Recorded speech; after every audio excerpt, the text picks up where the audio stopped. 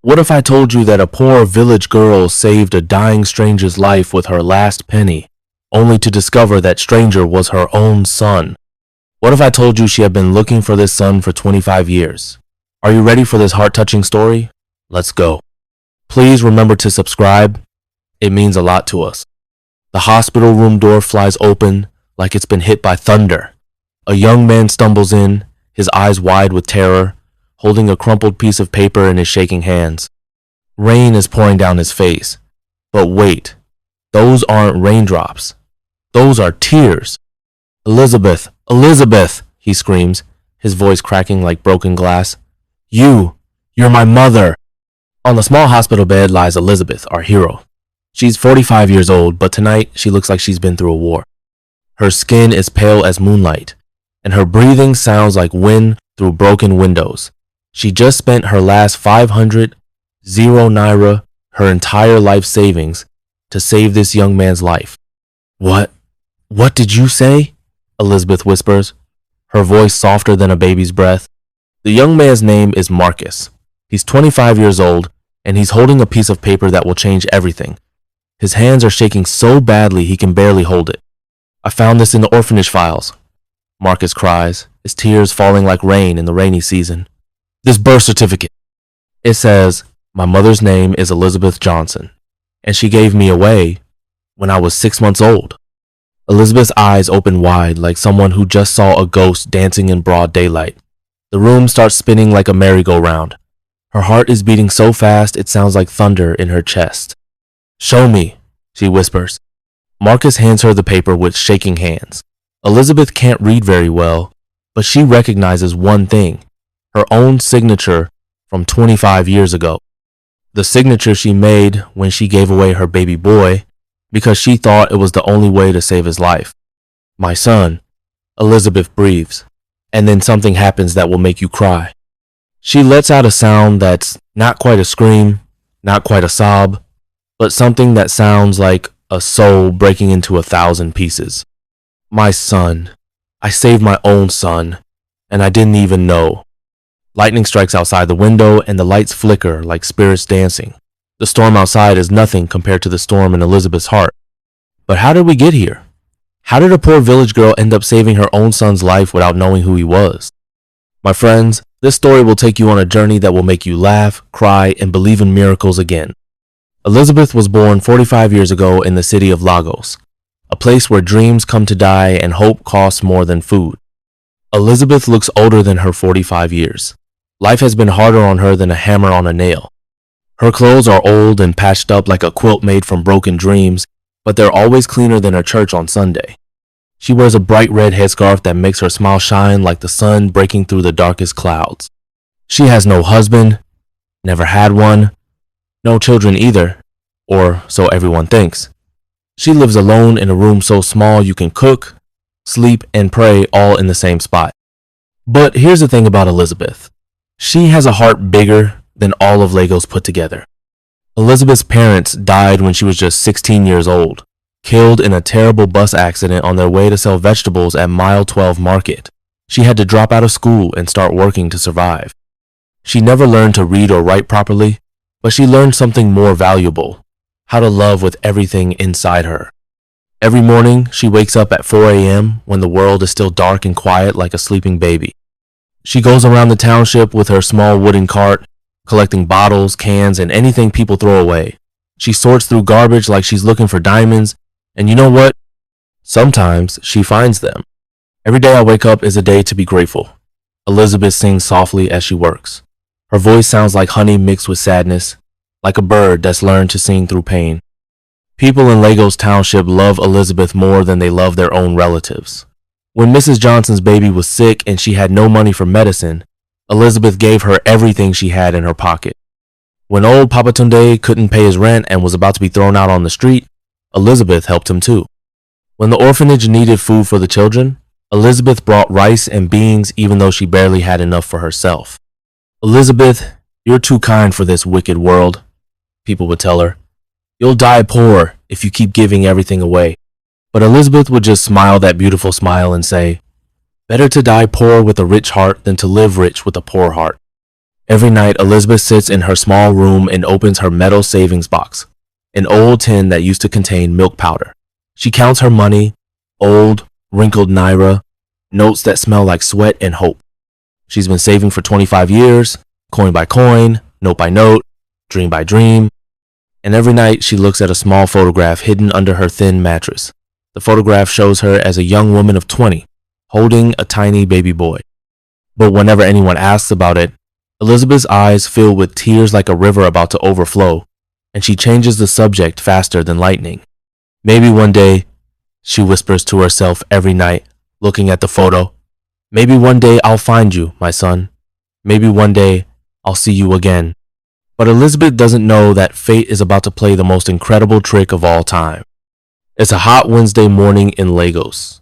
The sun is beating down like an angry god, throwing fire from heaven, and the air smells like fried plantains, car exhaust, and broken dreams.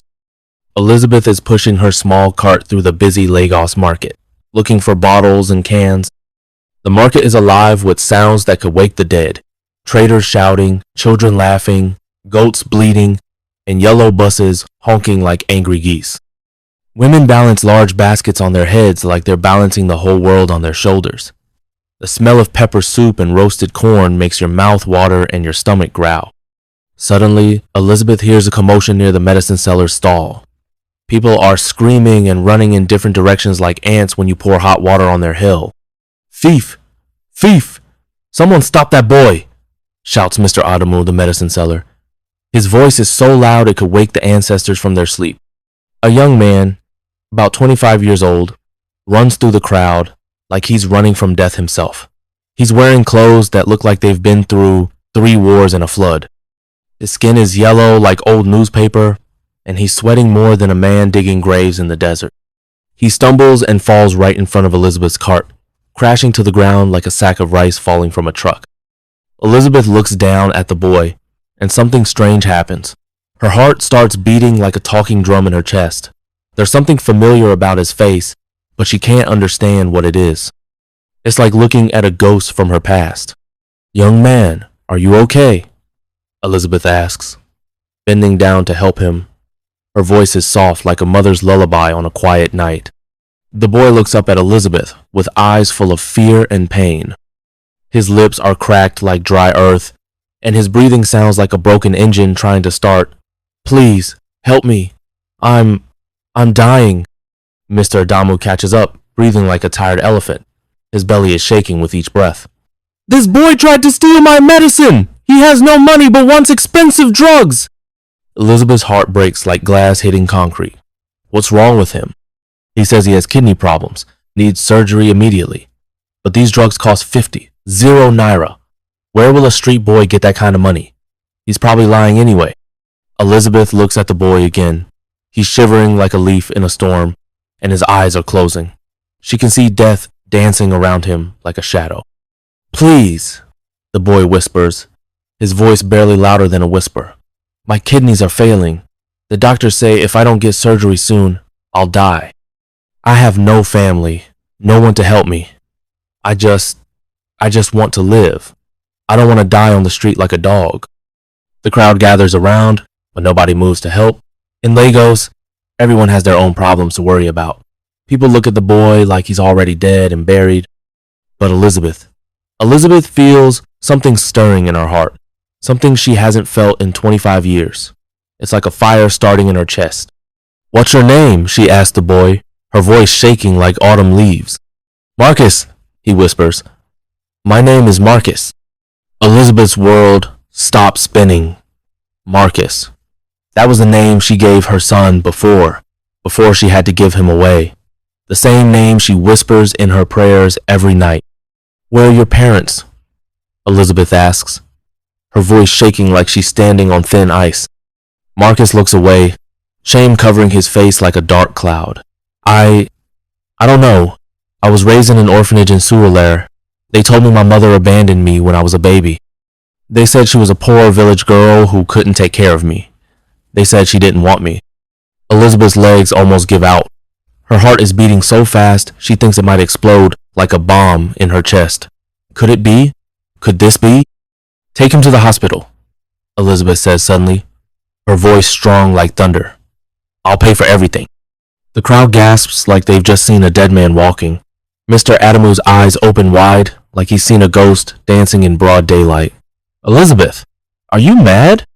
That's 500 naira for the surgery. You don't have that kind of money. But Elizabeth is already opening her metal box. Her hands are shaking, but her voice is steady like a rock. I have savings. I'll pay for everything. The surgery, the medicine, the hospital bills, everything. Marcus looks at Elizabeth like she's an angel sent from heaven with golden wings. Why? Why would you help me? You don't even know me. Elizabeth looks into his eyes that look so familiar it hurts her soul like a knife in her heart. Because, she says, tears starting to fall like rain, everyone deserves a chance to live. Everyone deserves to be loved. Elizabeth doesn't waste any time. She runs to her room faster than a cheetah chasing its prey. Her neighbors watch in shock as she comes back with her metal box, the box that contains her life's work, her dreams, her future, her hope. Elizabeth, are you sure about this? Asked Mrs. Johnson, worry written all over her face like words on a page. That's all the money you have in the world. Elizabeth's hands are shaking like leaves in a storm, but her voice is strong like iron. I'm sure. This boy needs help, and I can help him. What's the point of having money if you can't use it to save a life? They put Marcus in a taxi, an old yellow taxi that sounds like it's about to die. Elizabeth sits beside him, holding his hand like a mother would hold her child's hand. Marcus is so weak, he can barely keep his eyes open. Why are you doing this? Marcus asks again, his voice barely a whisper. Elizabeth looks at him, and tears start falling down her face, like rain in the rainy season. Because 25 years ago, I had a son. I was young, poor, and scared. I gave him to an orphanage because I thought they could give him a better life than I could. I've regretted it every day since then. Marcus's eyes open wider. What was his name? Marcus, Elizabeth whispers. I named him Marcus. The taxi is quiet except for the sound of Marcus's difficult breathing and Elizabeth's soft crying. Both of them are thinking the same thing, but neither dares to say it out loud. At Lagos State University Teaching Hospital, Elizabeth doesn't hesitate. She empties her entire savings box, 500 naira in old wrinkled notes that smell like years of hope and sacrifice. The nurses and doctors look at her like she's crazy.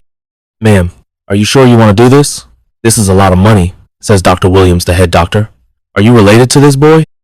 Elizabeth looks at Marcus being wheeled into the operating room. Doctor, save his life. That's all I ask. Save his life. The surgery takes 8 hours.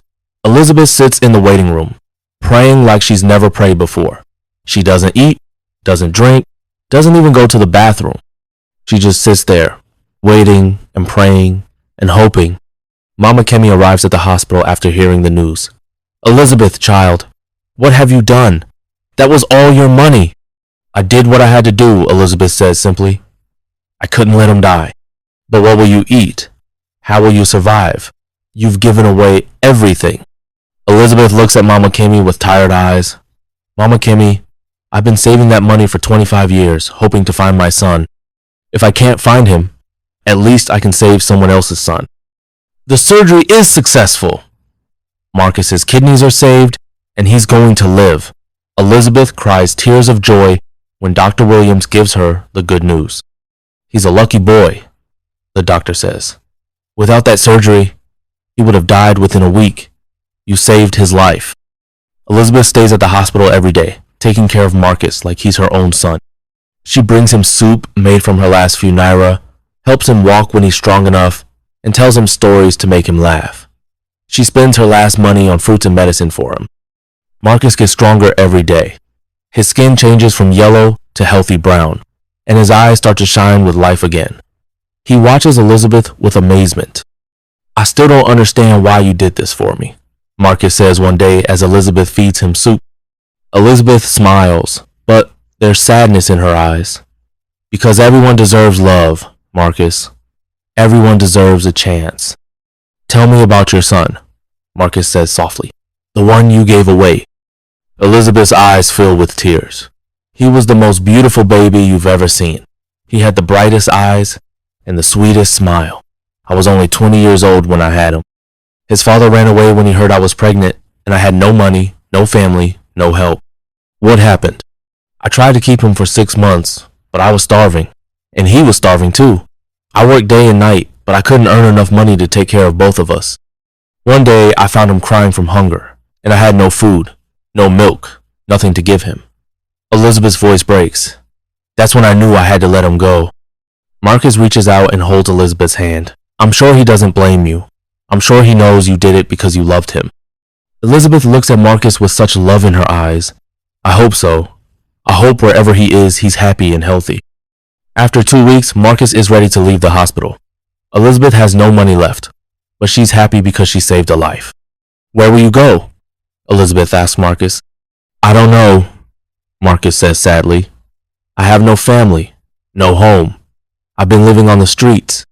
Elizabeth doesn't think twice. Come home with me. My room is small, but there's space for both of us. And so Marcus goes to live with Elizabeth in her tiny room in Mushin. They share everything, food, stories, dreams, and love. 1 month later, Marcus is completely healthy, he's gained weight, his eyes are bright, and he's like a new person. He helps Elizabeth with her bottle collecting, and they've become like mother and son. One day, Marcus decides to go back to the orphanage to get his belongings. He wants to start a new life with Elizabeth. I'm going to get my things from the orphanage, Marcus tells Elizabeth. I want to bring them to our home. Elizabeth smiles. Our home. I like the sound of that. At the orphanage, Marcus talks to Sister Mary, the nun who took care of him. I'm here to get my things, Marcus says. I found someone who loves me like family. Sister Mary smiles. I'm so happy for you, Marcus. Before you go, would you like to see your file? Now that you're an adult, you have the right to know about your past. Marcus thinks about it. He's never seen his file before. Yes, I'd like to see it. Sister Mary brings out an old folder with Marcus's name on it. Inside are papers, documents, and a photograph. Marcus looks at the photograph and his world stops spinning. It's a picture of a young woman holding a baby. The woman in the picture looks exactly like Elizabeth, but 25 years younger.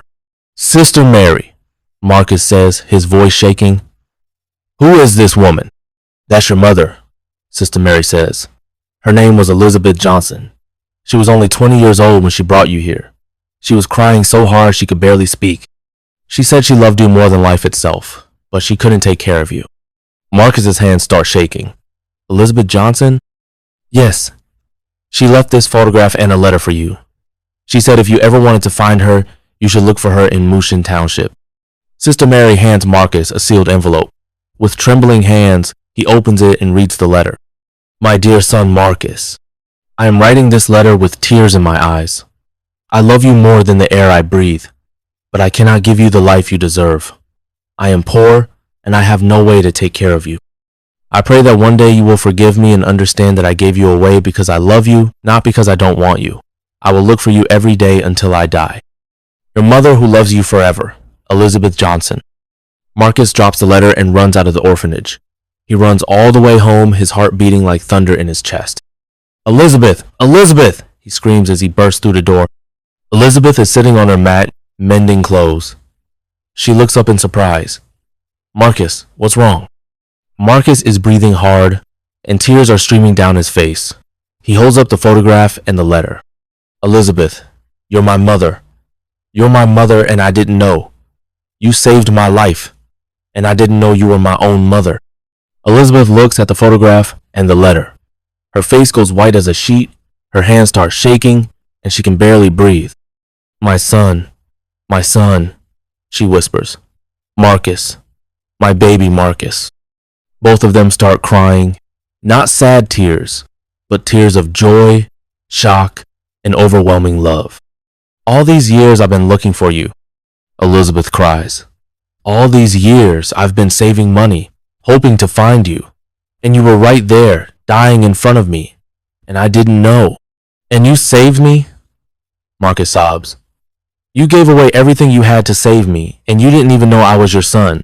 You saved me twice, once when you gave me away to save my life, and once when you gave away your life savings to save my life. They hug each other and cry and laugh and cry some more. Outside, the sun is setting, painting the sky in beautiful colors. It's like the whole world is celebrating their reunion. 6 months later, Marcus has found a good job as a security guard. He's determined to pay back every naira that Elizabeth spent on his surgery. Elizabeth is still collecting bottles and cans, but now she's not alone. She has her son back. Every morning they wake up together and have breakfast, bread and tea, but it tastes like the most expensive meal in the world because they're together. "Mama," Marcus says one morning, "I want to pay you back all the money you spent on my surgery." Elizabeth shakes her head. "No, my son, you don't owe me anything. A mother's love is not a debt to be paid back." "But Mama, you gave away everything for me." Elizabeth smiles and touches Marcus's face. "And I would do it again 1,000 times. That's what mothers do. We give everything for our children." Marcus hugs his mother. "I love you, Mama." "I love you too, my son. I love you more than the stars in the sky." The people of Mushin Township are amazed by their story. They call it a miracle. The local newspaper writes about them. People from all over Lagos come to hear their story. Elizabeth and Marcus become famous in their own small way. People invite them to churches and schools to tell their story. They always end their talks the same way. "Love is the most powerful force in the world," Elizabeth says. "When you love someone, you give everything without expecting anything back. That's what true love is. And sometimes," Marcus adds, "when you think you've lost everything, life gives you back more than you ever dreamed possible." Elizabeth never has to work alone again. Marcus makes sure she has everything she needs. They're still poor, but they're rich in love. Every night, they sit together in their small room and thank God for bringing them back together. Elizabeth looks at Marcus, her son, her miracle, her answered prayer, and she knows that all the years of pain and loneliness were worth it for this moment. "I used to think I was unlucky," Elizabeth tells Marcus one night, "but now I know I'm the luckiest mother in the world." "And I'm the luckiest son," Marcus replies. "I have a mother who loves me so much she saved my life twice without even knowing who I was." They hold hands and smile, and outside their window, the stars shine brighter than they ever have before. If this story touched your heart, please share it with someone who needs to hear it. Like this video if you believe in the power of love. Subscribe to our channel if you want to hear more incredible stories like this one. What would you do if you were in Elizabeth's situation? Would you give away your life savings to save a stranger? Tell me in the comments below. I love hearing from you.